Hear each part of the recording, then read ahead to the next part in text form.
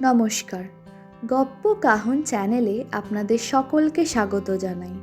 আজকে আনন্দমেলা পত্রিকা থেকে নেওয়া অভিনন্দন মুখোপাধ্যায়ের লেখা বাংলা ছোট গল্প মহামায়া ক্রিকেট কোচিং সেন্টার পরিবেশন করা হচ্ছে। এই গল্পের পরিবেশনায় কণ্ঠ দিয়েছেন পুলক চক্রবর্তী। শুরু হচ্ছে বাংলা ছোট গল্প মহামায়া ক্রিকেট কোচিং সেন্টার। সপাটে কভার ড্রাইভ আছড়ে পড়ল জালে। অসামান্য ফলোথ্রু। তখনও দাঁড়িয়ে আছে বুবাই। বাইরে থেকে প্রায় সর্বশক্তিতে হাততালি দিয়ে অঞ্জন উচ্ছ্বসিত হয়ে বলল, দারুণ শট, এটাই কিন্তু ম্যাচে চাই। নেটের ভিতর থেকে অল্প হেসে সম্মতির ভঙ্গিতে মাথাটা ডান দিকে ঝুঁকিয়ে আবার স্টান্স নিল বুবাই। পাশে দাঁড়িয়েছিলেন সহকারী কোচ সুদীপ মণ্ডল।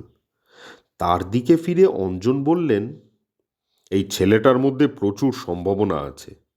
যদি খেলাটা ধরে রাখতে পারে তাহলে অনেক দূর যাবে। সুদীপবাবু একটু বিস্মিত হলেন।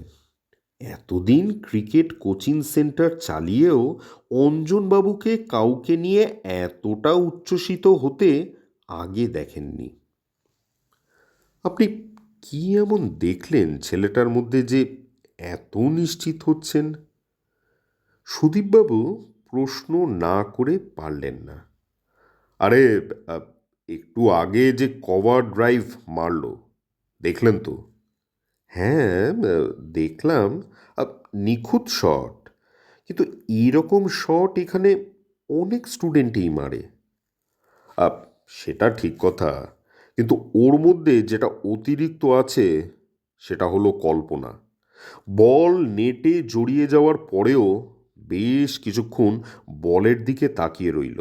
অর্থাৎ ও কল্পনায় দেখতে পাচ্ছে বলটা ফিল্ডারদের নাগাল এড়িয়ে সোজা মাঠের বাইরে চলে যাচ্ছে। বুবাই বাস্তবে এখন নেটে আছে ঠিকই, কিন্তু কল্পনায় ও ম্যাচ খেলছে। বাকিদের মধ্যে আমি এটার অভাব দেখি। তারা শুধুই প্র্যাকটিস করে, আর বুবাই বুবাই ম্যাচ খেলে। এই ছোট্ট মফস্বল শহর, 3টে স্কুল, একটি কলেজ, একটি সিনেমা, আর মাঝারি ব্যস্ততা নিয়ে নির্বিঘ্নে চলতে থাকা সারা বছর। তারই মাঝে শহরের উপকণ্ঠে এক টুকরো স্বপ্নের মতো গড়ে উঠেছে মহামায়া ক্রিকেট কোচিং সেন্টার। কোচের নাম অঞ্জন সাহা। এই অঞ্জন সাহাকে নিয়ে এক সময় আশায় বুক বেঁধেছিল এই শহরের মানুষেরা। দুর্দান্ত ক্রিকেটার হিসেবে তার নাম ছড়িয়ে পড়েছিল। কলকাতা শহর থেকে বেশ কিছুটা দূরে হলেও সে নিজের চেষ্টায় এবং যোগ্যতায় ময়দানে প্রথম ডিভিশন ক্লাবে খেলার সুযোগ পায়। উইকেট কিপার এবং ধৈর্যশীল ওপেনিং ব্যাটসম্যান হিসেবে দুরন্ত পারফরমেন্স তাকে বাংলা রঞ্জি দলে সুযোগ করে দেয়। সিজনের দ্বিতীয় ম্যাচে পাঞ্জাবের বিপক্ষে সুযোগও পায়, কিন্তু সেদিন যে কি হয়েছিল কে জানে।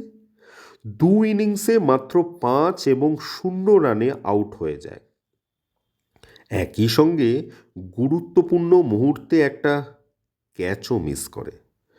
পরের পুরো সিজন দ্বাদশ ব্যক্তি হয়েই কাটাতে হয়েছিল এবং তারপরে সিজনে একদম বাদ। আস্তে আস্তে ক্লাব ক্রিকেটেও ফর্ম হারাতে শুরু করে অঞ্জন। অবশেষে চূড়ান্ত হতাশ হয়ে 36 বছর বয়সে ক্রিকেট থেকে অবসর নেয়। খেলার সূত্রেই একটা কেরানির চাকরি জুটে গেছিল, তাই প্রাণে বেঁচে গেছে। বিয়ে আর করা হয়ে ওঠেনি। বৃদ্ধ বাবা মাকে নিয়ে সংসার। ধীরে ধীরে শহরের মানুষও অঞ্জনের প্রতি আগ্রহ হারিয়ে ফেলে।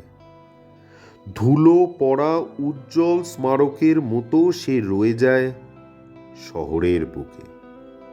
খেলা ছাড়ার পর বেশ কিছুদিন মনমরা হয়েছিল অঞ্জন। ক্রিকেট থেকে দূরে থাকার কথা যে মানুষটা চিন্তাই করেনি তারই এখন ব্যাট বল গ্লাভসের দুনিয়া থেকে অনেক দূরে অবস্থান। এভাবে চলতে চলতেই একদিন রাতে শুয়ে সিদ্ধান্ত নিয়ে ফেলল, এই শহরে ও একটা ক্রিকেট কোচিং সেন্টার খুলবে। দীর্ঘদিন ময়দানে বড় ক্লাবে খেলার ফলে কিছু মানুষজনের সঙ্গে যোগাযোগ ছিল, ফলে কিছু টাকা পয়সা জোগাড় করতে অসুবিধে হলো না। প্রশাসনিক ক্ষেত্রেও চেনাশোনা থাকার কারণে মাঠ ব্যবহার করার ব্যবস্থা হয়ে গেল। এভাবে একদিন শুরু হয়ে গেল মহামায়া ক্রিকেট কোচিং সেন্টার। নিজের মায়ের নামে নামকরণ করেছিল অঞ্জন। বুবাই অর্থাৎ জয়দীপ বন্দ্যোপাধ্যায় এসেছিল কোচিং সেন্টার শুরু হওয়ার 2 বছরের মাথায়। তখন ওর ক্লাস 7। প্রথম দিন দেখেই অঞ্জন বুঝে গিয়েছিল এই ছেলে একদম আকাটা হিরে, খালি ঘষে মেজে দুটি বের করে নিতে হবে। বুবাইও বাধ্য ছাত্র। অঞ্জন যেমনটি দেখায় বুবাই তেমনটি শিখে নেওয়ার আপ্রাণ চেষ্টা করে এবং অল্প সময়ে আয়ত্ত করে নেয়। এই 2 বছরে অঞ্জন প্রথম একজনকে নিয়ে স্বপ্ন দেখতে শুরু করে। জেলার অনুধর্ব 17 টিমের ম্যাচ আজ। বুবাই যথারীতি নির্বাচিত হয়েছে জেলা দলে।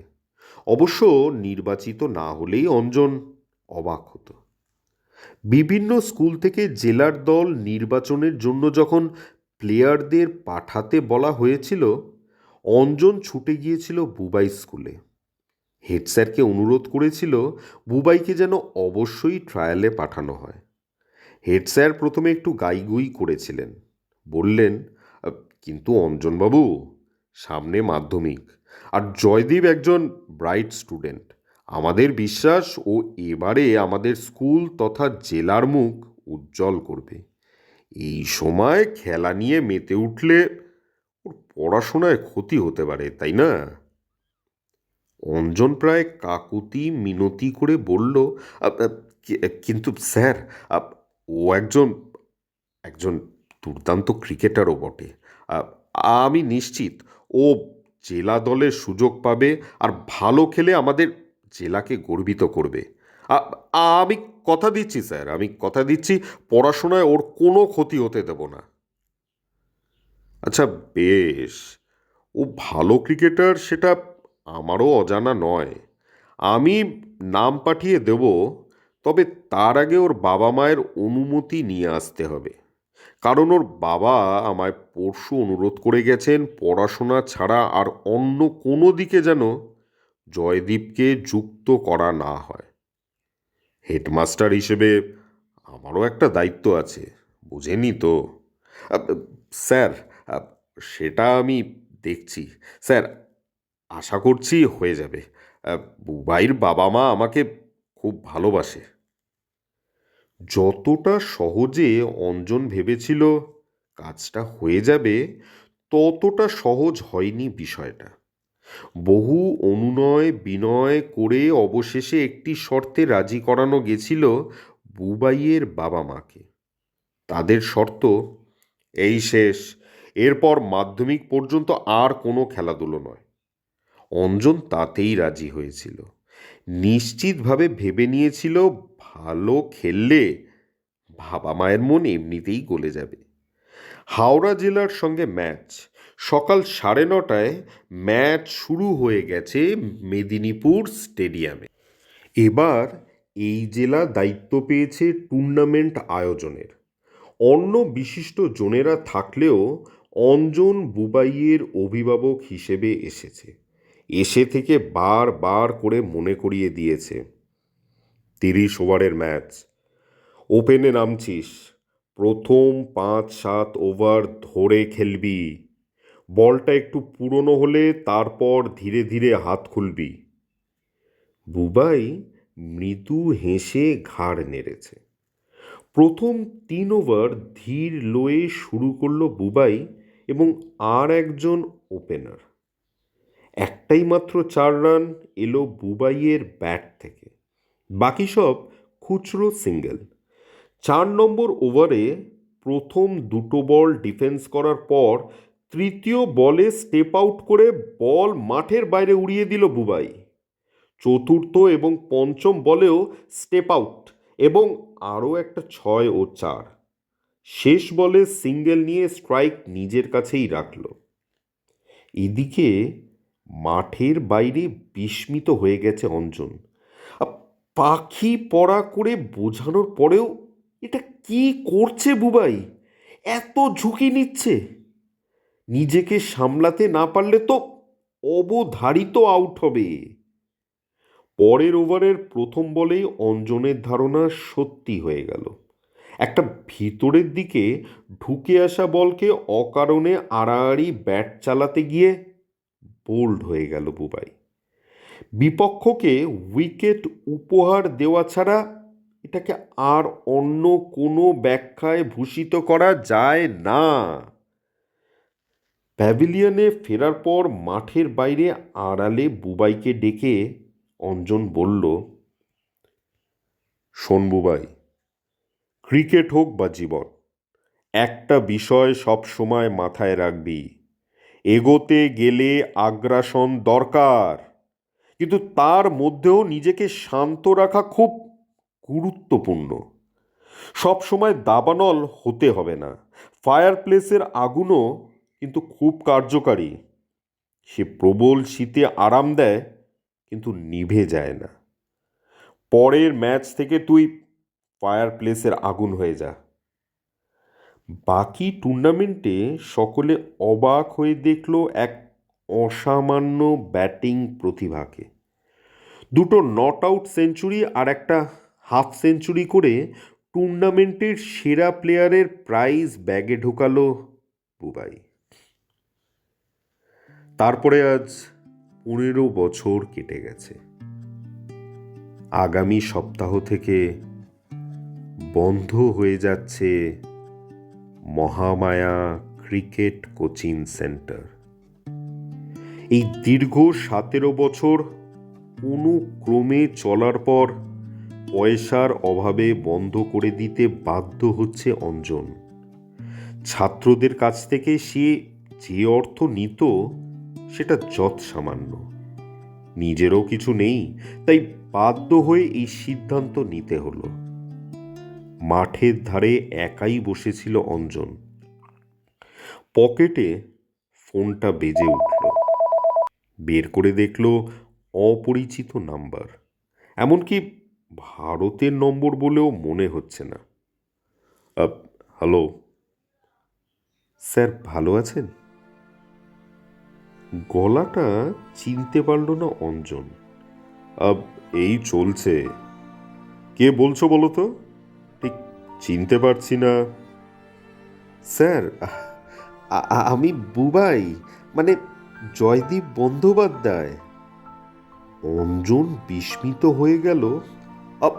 বুবাই? হ্যাঁ স্যার। কেমন আছিস রে? আর কোথা থেকে ফোন করছিস? আমি ভালো আছি স্যার, এখন আমেরিকা থেকে বলছি। তুই আমেরিকায় আছিস? হ্যাঁ হ্যাঁ স্যার, মাইক্রোসফটে চাকরি পেয়েছি। দারুণ খবর, দারুণ খবর। তা বল, কি কারণে এতদিন বাদে মনে পড়লো স্যারকে? বাবার মুখে শুনলাম আপনি নাকি ক্রিকেট কোচিং সেন্টার বন্ধ করে দিচ্ছেন। হ্যাঁ রে, টাকা পয়সায় আর কুলিয়ে উঠতে পারছি না। তোদের কাছে তো সেভাবে কোনোদিন টাকা নিইনি, শুধু নিজের জেদে আর ভালোবাসায় চালিয়ে গেছি। কিন্তু ভালোবাসা দিয়ে আর চালানো যাচ্ছে না রে। স্যার, আপনার মনে আছে সেই জেলা টুর্নামেন্টের ম্যাচটা? প্রথম ম্যাচে বাজে আউট হওয়ার পর আপনি শিখিয়েছিলেন শান্ত আগ্রাসন কাকে বলে। ওই কটা কথা আমি জীবনের বেদ বাক্য করে নিয়েছি। পড়াশোনার চাপে আমি হয়তো আর ক্রিকেট খেলতে পারিনি স্যার, তবে পড়াশোনা করতে গিয়েও আমি ওই শান্ত আগ্রাসনকে কাজে লাগিয়েছি। অধৈর্য হইনি, সঠিক সময়ের অপেক্ষা করেছি। স্যার, আমি কিন্তু নিভে যাইনি স্যার। আমার একটা ছোট্ট অনুরোধ আছে, রাখবেন প্লিজ? বল। আপনাকে আমি 5 লক্ষ টাকা পাঠাতে চাই স্যার, মহামায়া ক্রিকেট কোচিং সেন্টারের জন্য। আমি পারিনি তো কি হয়েছে, হয়তো আগামীতে অন্য কোনো বুবাই উঠে আসবে, ভারতের হয়ে খেলবে, দেশের নাম উজ্জ্বল করবে। আপনি না করবেন না স্যার, প্লিজ। হঠাৎ যেন অঞ্জনের মুখের সমস্ত ভাষা জাদু বলে কেউ ভ্যানিশ করে দিল। বিস্ময়ে এবং আবেগে আর একটাও কথা বলার মতো অবস্থায় রইল না। কোনো শব্দ না পেয়ে ফোনের ওপাশ থেকে বুবাই প্রায় চেঁচিয়ে উঠল, স্যার, স্যার শুনতে পাচ্ছেন? আপনার অ্যাকাউন্ট নাম্বার আমাকে মেসেজ করে দেবেন, আমি টাকা পাঠিয়ে আপনাকে ফোন করে দেব স্যার। অঞ্জন শুধু ধরা গলায় বলতে পারল, আচ্ছা বেশ। চোখের পাতা ভারী হয়ে উঠেছে অঞ্জনের।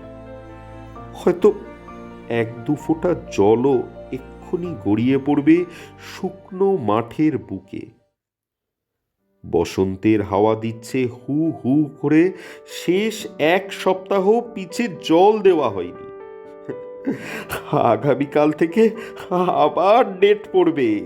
লাল চকচকে বলটা মাটিতে পড়ে বিদ্যুতের মতো ধেয়ে যাবে ব্যাটসম্যানের দিকে, আর অবলীলায় সেই বিদ্যুৎ ব্যাটের মাঝখান দিয়ে থামিয়ে দেবে অন্য কোনো Bubai. In swing, out swing, square কাট, ভরে উঠবে মাঠ।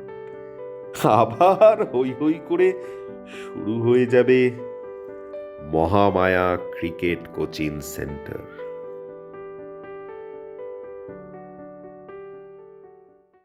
আজকের ছোট গল্প এখানেই শেষ হলো।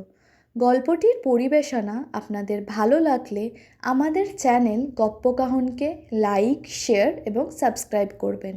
ধন্যবাদ।